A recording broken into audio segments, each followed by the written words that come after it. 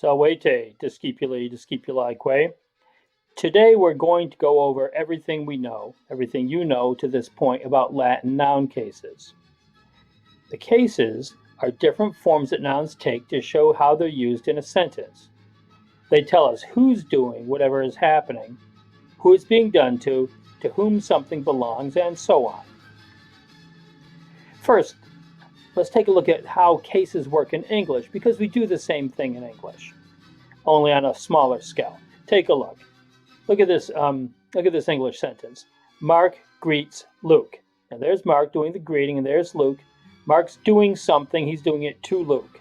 That's where the arrow shows us where the action's going. The action's going from Mark to Luke. If we replace Mark's name with a third person pronoun, we don't want to keep saying Mark all the time.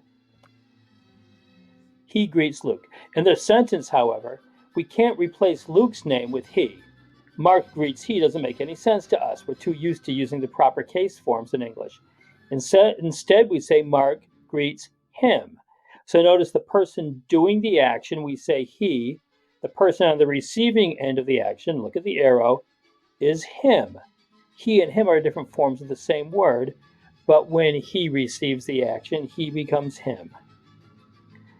Okay, so in English, as we said, we say he for whoever is doing the action. We call that person the subject, and we call that form the nominative case. You see Mark there greeting, and we're saying he. We use the form him for the person being acted on, the person receiving the action. In other words, the direct object. And we call that form the objective case in English. There is a third case in English, and actually it's the second case. We normally list it between the nominative and the objective, but you get the idea. We call this the possessive case, which we use, naturally, for showing possession. For the third person masculine pronoun, the possessive form is his. So we're talking about Mark's pig. We can say his pig. And a handsome little porker he is. If we put all this information into a handy little table, it would look like this. Here we have our cases. These are the names of the forms, nominative, possessive, and objective. For this particular pronoun, here's what those forms look like. The nominative is he, and we use that to refer to the subject, whoever does an action. The possessive is his, the owner of something. With nouns in English, we use the ending apostrophe s. We still have a possessive ending. And the objective is him, direct object, receiver of an action. We also use this for other kinds of objects in English, indirect objects, objects of prepositions. As we'll see in Latin, we have different forms for that. So now, match the English case to its proper use. Once you've answered the questions, you can continue with the video.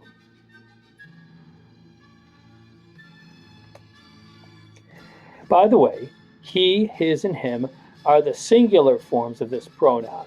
There are also plural forms that look a little different. The nominative is they. Again, the subject. They do something. They greet Luke. Everyone's greeting Luke today. Possessive. Their pig, or the pig is theirs. When we use this as a predicate nominative, I haven't introduced that term yet in this video, have I? We say theirs. That's our possessive form. It tells us to whom something belongs. And the objective is them, for our direct object, receiver of an action. Notice, by the way, the objective, whether it's singular or plural, always ends in M in English. That should be familiar to us, at least with the singular direct objects in Latin. So try again now with our plural forms to match the English case to its proper use.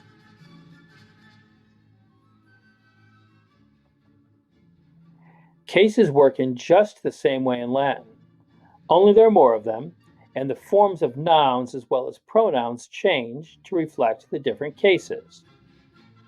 And here are the names of our cases in Latin. We still have the nominative as we do in English, but instead of the possessive, we've got the genitive. We've also have this dative, accusative, and ablative to deal with. As in English, the nominative is used for subjects, and also for nouns or pronouns used with a linking verb that rename the subject. These are called predicate nominatives. We have those in English as well. And look at the examples. The subject is the doer of the action. We've already seen that. Mark is ambulant. Mark walks. Marcus is doing the action. Mark is, if we want to be English about it. The predicate nominative just renames Mark with a linking verb. Marcus est puer. Mark is a boy. The boy is Mark. Mark is the boy. They're both the same guy, so they're both the same case. The cases of the English objective case are split up among 3 different cases in Latin. We notice in English there's the nominative, possessive, and objective. Well, everything that objective case contains in English, notice we said it could also be used for indirect objects, objects of prepositions. Well, those are split up between 3 different cases in Latin: dative, accusative, and ablative. So if we're saying him in English, is going to be one of these 3 in Latin, depending on what's going on. So we're not going to talk about the dative case yet. We haven't learned anything to do with that. But for the accusative case, we've seen direct objects. We saw this example up above. The receiver of an action. So if Marcus sees the pig, Marcus is doing the action. The pig is receiving the action. Notice the arrow showing us the direction of action. So Marcus, nominative case, right? Porcum, accusative case. Objects of prepositions so far are all ablative. And there are 2 different reasons why they're ablative from what we've seen so far. Place where, when we use the preposition in, where it means in or on. Porcus in agro est. The pig is in the field. The name place where should be kind of obvious. It says the place where he is. The place where someone is going to be ablative case.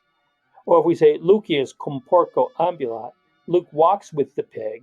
Maybe he's taking Mark's pig for a walk. The object of cum, whoever you are with, is also ablative. And again, it should be fairly obvious why we call that accompaniment, because you're accompanying somebody.